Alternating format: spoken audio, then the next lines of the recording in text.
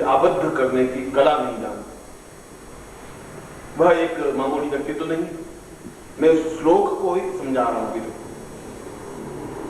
वह कोई ऐसी चीज तो नहीं है कि जिसे प्यार किया जा सके, वह ऐसी चीज भी नहीं है जिसको देखा जा सके, और वह ऐसी चीज भी नहीं है कि उसको हम अपनी बाहों में समेट सकें।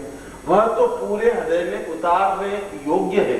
प्राणों को देखा नहीं जा सकता है, किसी ने अभी तक प्राण देखे नहीं, प्राण तत्व को देखा नहीं गया, प्राण तत्व को सूंघा भी नहीं गया, प्राण तत्व को स्पर्श भी नहीं किया गया, मगर उसका मूल्य और महत्व हमें मालूम है कि बिना प्राण तत्व के जीवन स्पंदन युक्त नहीं होता है, वह शमशान युक्त होता है। और हम जब तक ये बात नहीं समझेंगे तब तक हम गतिशील हैं, हम चलते हैं। कभी धन के पीछे पागल हैं, कभी पत्नी के पीछे पागल हैं, कभी ऐश्वर्य के पीछे पागल हैं, कभी रूप और यौवन के पीछे पागल हैं, अपनी नौकरी के पीछे पागल हैं, व्यापार के पीछे हैं, और अपनी लाश को अपने कंधों पर ढोए हुए भाग रहे हैं। हमारी लाश हमारे कंधों पर, और हम चल रहे हैं, तो चल रहे हैं शमशान की ओर। उसमें और आप में इतनी अंतर है, उस मुर्दा शरीर को 4 आदमी ढोकर के पहुंचाते हैं और आप अपनी लाश को अपने कंधों पे ढोके ढो रहे हैं। उसमें आप में अंतर नहीं है। अंतर आ सकता है यदि आप अपने अंदर उस प्राण तत्व को जागृत कर सकें, उस चेतना को जागृत कर सकें, उस गुरु को अपने हृदय में स्थापित कर सकें। और उस गुरु को स्थापित करने के लिए कोई प्रार्थना नहीं होती, कोई स्तुति नहीं होती, उसके लिए कोई मंत्र नहीं है, सुगंध का कोई महत्व नहीं होता है, सुगंध को देखा नहीं जा सकता, उसको एक सराहा जाता है, एहसास किया जाता है। और गुरु भी एक सुगंध है जो हर समय एक महक हमारे सामने विद्यमान होती है, और उसको, उस महक को, उस सुगंध को जब हम आत्मसात कर सकते हैं, क्योंकि वह एक प्राणस्थ चेतना है। यदि किसी व्यक्ति को हम उसकी आंख और उसका नाक और उसका मुंह बंद कर दें तो 5 और 7 और 8 मिनट बाद छटपटाकर मर जाएगा, क्योंकि उसमें प्राण तत्व जा नहीं रहे, उसमें प्राण वायु नहीं जा रही है, उसमें ऑक्सीजन नहीं जा रहा है। और जब तक उस सुगंध को, उस गुरु की सुगंध को, उस गुरु की सुवास को, जो सुवास देखी नहीं जा सकती, जिसको हम पहचान नहीं सकते, हमारे उन आंखों के माध्यम से हम उसको नहीं पहचान सकते, इसलिए कि गुरु तो स्वयं छलनामय होता है। वह तो स्वयं ब्रह्म होते हुए भी माया का विस्तार करता रहता है। जहां ब्रह्म है वहां माया का विस्तार होगा ही, और अगर माया का विस्तार नहीं हो तो सैकड़ों हजारों शिष्य 24 घंटे पांव पकड़ कर बैठ जाएंगे। जिस क्षण उनको यह बोध हो जाएगा कि गुरु को अपने हृदय में स्थापित करना है, उस क्षण वो नहीं रह पाएंगे, फिर वो दूर नहीं रह सकते, फिर वो अपने आंसुओं के जल से उनके चरणों को धोते ही रहेंगे, फिर उनके हृदय में दूसरे कोई चिंतन आ नहीं सकता, फिर दूसरा कोई बिंब उनके हृदय में स्थापित नहीं हो सकता, फिर दूसरी कोई भावना, कोई विचार, कोई शक्ति हो नहीं सकती। और जिस प्रकार से हम ऑक्सीजन से, प्राण वायु से अलग नहीं जिंदा रह सकते, ऐसे साधक, ऐसे शिष्य गुरु के बिना जिंदा नहीं रह सकते। एक तड़प, एक बेचैनी, एक छटपटाहट, एक वेदना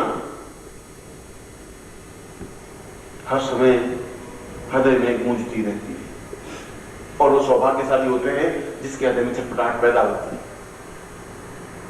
कामायनी में एक दोहा लिखा है प्रसाद ने, वियोगी होगा पहला कवि, आह से उपजा होगा गान, निकलकर आंसू से चुपचाप, आंखों से चुपचाप वही होगी कविता अंधा। क्योंकि पूजा पुष्पों के माध्यम से नहीं हो सकती, पूजा फूलों के हारों के माध्यम से भी नहीं हो सकती, पूजा तो केवल आंसुओं के कणों के माध्यम से ही हो सकती है। और अश्रु तभी प्रभावित होते हैं जब हृदय में एक छटपटाहट पैदा होती है, एक वेदना पैदा होती है, एक खालीपन सा महसूस होता है। ऐसा लगता है कि कोई सुगंध आई और पास में से निकल गई, प्राणों में नहीं भरी गई। और जब तक वह सुगंध प्राणों में भरी नहीं जाएगी, जब तक हम अपनी बाहों में सुगंध को आत्मसात नहीं कर सकेंगे, तब तक जीवन का आनंद भी नहीं ले सकेंगे। जिंदा तो रहेंगे, और जिंदा आप सब हैं, मगर ये जिंदगी वैसी ही है जैसे कि अपनी लाश को अपने कंधों पर ढोना है। और हजारों लोग ढोते हैं और ढोते हुए शमशान की ओर चले जाते हैं। एक क्षण ऐसा आता है जब गिर जाते हैं, 4 लोग भाई लोग उसको उठाते हैं और शमशान में जाके रात की ड्यूटी कर देते हैं। उनके हृदय में कोई मुस्कुराहट नहीं होती, कुछ खिलखिलाहट नहीं होती, कुछ आनंद नहीं होता। इसलिए उस गुरु को पहचानने के लिए माया के आवरण को हटाना ही पड़ेगा।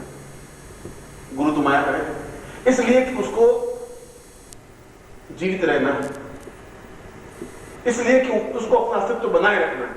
आप कल्पना करिए कि अगर 5 लाख मेरे सन्यासी शिष्य, अगर मैं उनको आज्ञा दे दूं कि नहीं तुम जोधपुर आ सकते हो, तो तुम कल्पना कर सकते हो कि मेरी हालत क्या होगी।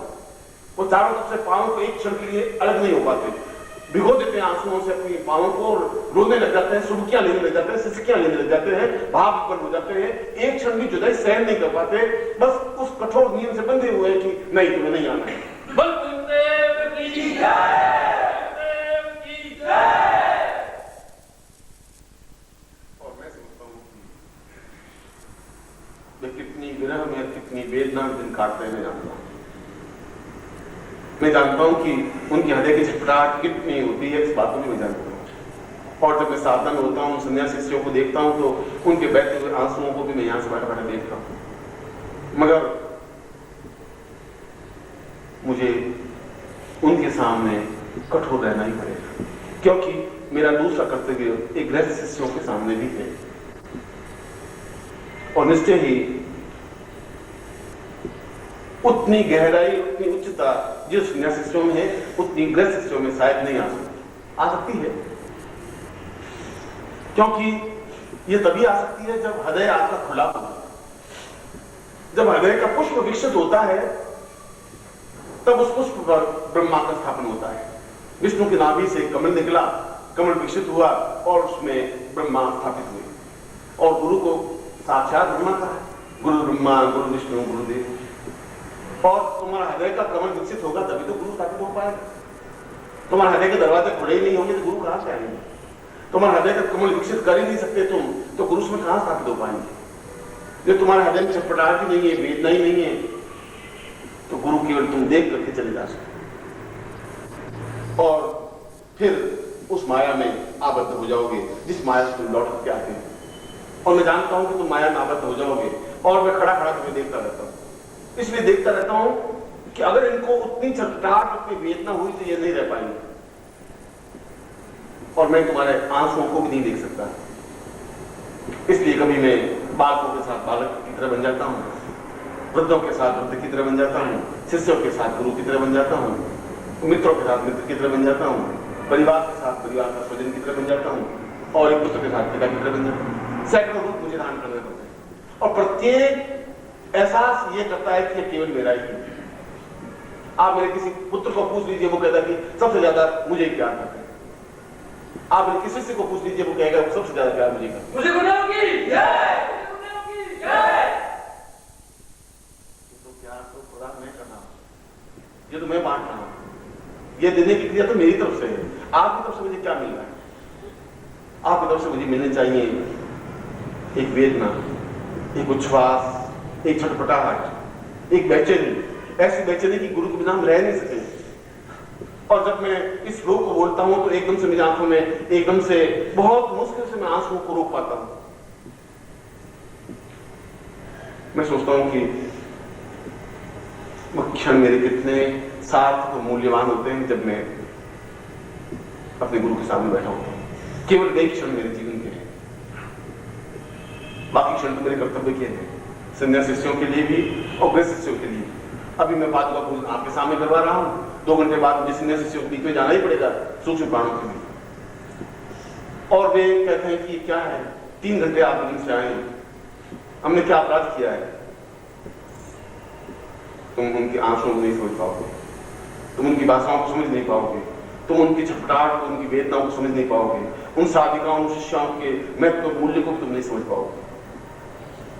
मगर ऐसी तरफ तुम्हें पैदा हो, और ऐसा नहीं होता तब गुरु पादुका पूजन का एक प्रयोग रखा कि तुम अपने घर में और तुम्हें अपने हृदय में गुरु को स्थापित नहीं कर सकते, तो तुम स्वयं घर में उस गुरु के चरणों को स्थापन करो। शायद इसके द्वारा तुम्हारे गुरु तुम्हारे घर आ सके कभी। या चरण जाएंगे तो हो सकता है कभी गुरु सशरीर भी आ जाए, इसलिए आगे इन चरणों को भेजा जाता है।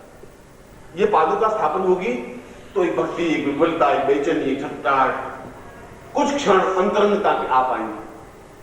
कुछ क्षण ऐसे होंगे जब हम केवल गुरु से बात कर पाते हैं। चाहे 1000 मील का डिफरेंस होता है, डिफरेंस अपने आप में एक दूरी, गैप कोई महत्व नहीं रखती। ऐसा हो सकता है कि हम आंखों में खोए हुए हैं, सामने गुरु का चित्र है, हम बात कर रहे हैं, वो जवाब दे रहे हैं, 4 घंटे बीत जाते हैं, 6 घंटे बीत जाते हैं, कुछ पता ही नहीं चलता। वह जिंदगी का महत्व तो मूल्य वही है, और उस आनंद की उपलब्धि वही अनुभव कर सकता है जो उस आनंद में जी सकता है। नाली का कीड़ा गुलाब की सुगंध को एहसास नहीं कर सकता। नाली के कीड़े को ये महत्व तो नहीं है कि गुलाब का पौधा, गुलाब का फूल कितना मूल्यवान है, कितना सुगंधमय है, उस सुगंध को वो एहसास नहीं कर सकता। जो अपनी बाहों में सुगंध को भर सकता है, वह सुगंध को एहसास भी कर सकता है। और शायद जितना मैं बांटता हूं तुम्हें प्यार, उसका 100वां हिस्सा भी मुझे वापस तुमसे नहीं मिल पाता, क्योंकि तुम अपने कर्मों से बंधे हुए हो, अपने जीवन के चिंतन से बंधे हो। फिर मैं तुम्हें आवाज देता हूं, कभी पत्र के द्वारा, कभी शिविर के द्वारा, अपनी साधनों के द्वारा, कोई पत्रिका के माध्यम से, फिर तुम दौड़ जाते हो। फिर मैं तुम्हें अपने सीने से लगाता हूं, अपने पास बैठाता हूं, और जिस प्रकृति के उसी ढंग से तुमसे बात करता हूं, और एक उदास चेहरा तुम लेके आते हो, और मैं बहुत मुस्कुराता हूं, वो चेहरा लेके तुम्हें भेजता हूं, क्योंकि उस क्षणों में कुछ क्षण मेरे सुगंधमय क्षण तुम्हारे प्राप्त हो जाते हैं, और उन कुछ क्षणों की वजह से तुम्हारा चेहरा प्रफुल्लित हो जाता है, खिल जाता है, मुस्कुराहट से भर जाता है। ऐसा लगता है कि कुछ सुगंध हमारे पूरे तन मन में, रोम रोम में भर गई है। अगर इतने क्षणों में इतना मूल्यवान और इतना प्रसन्नता, इतनी आह्लाद, इतनी खुशी और इतनी आनंद तुम्हें प्राप्त हो सकता है, तो एक हृदय में स्थापन करने के बाद तुम्हारा जीवन कितना बदल जाएगा, कितना आनंद में अपने आप में भीग जाओगे, अपने आप में कितने भावुक हो जाओगे, तुम्हारा स्तर कितना ऊंचा उठ जाएगा, तुम्हें कल्पना कर सकते। इसीलिए गुरु पादुका पूजन का एक दिवस रखा, इसलिए कि तुम में शायद क्षमता नहीं हो गुरु को अपने घर में बुलाने की, क्योंकि वह गुरु अगर तुम्हारे घर में आया ही नहीं तो वह घर ही शमशान है जहां तुम रहते, क्योंकि तुम्हारा अंतिम गंतव्य शमशान है।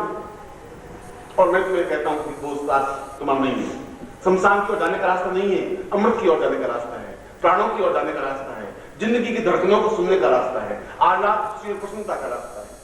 और मैं प्रत्येक को प्रसन्नता, खुशियां ही बांटता हूं, और बदले में तुम्हारी पीड़ाएं झेलता हूं, तुम्हारी परेशानियां झेलता हूं, तुम्हारे दुखों को सुनता हूं, तुम्हारे दर्द को एहसास करता हूं, और अपनी तरफ से खुशियां तुम्हें बांटता हूं।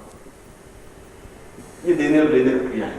तुम मुझे देते हो अपनी परेशानी, अपनी बाधाएं, अपने कष्ट, अपनी चिंताएं, अपनी समस्याएं, और मैं उनको जैसे भगवान शिव उस जहर को बराबर पी करके कंठ में बैठे रहे, मैं तुम्हारे उन सारे दर्दों को बैठा बैठा पीता रहता हूं, और अपनी तरफ से तुम्हें प्रेम, आनंद, खुशी और तपस्या के अंश प्रवाह करता रहता। इसलिए कि तुम मेरे हो, इसलिए कि तुम मेरे प्राणों की एक धड़कन हो, एक चेतना हो, मेरे प्राणों का स्पंदन हो। मगर प्राणों का स्पंदन होना अलग है, अपने शरीर में उन प्राणों को स्थापित करना बिल्कुल एक अलग चीज है।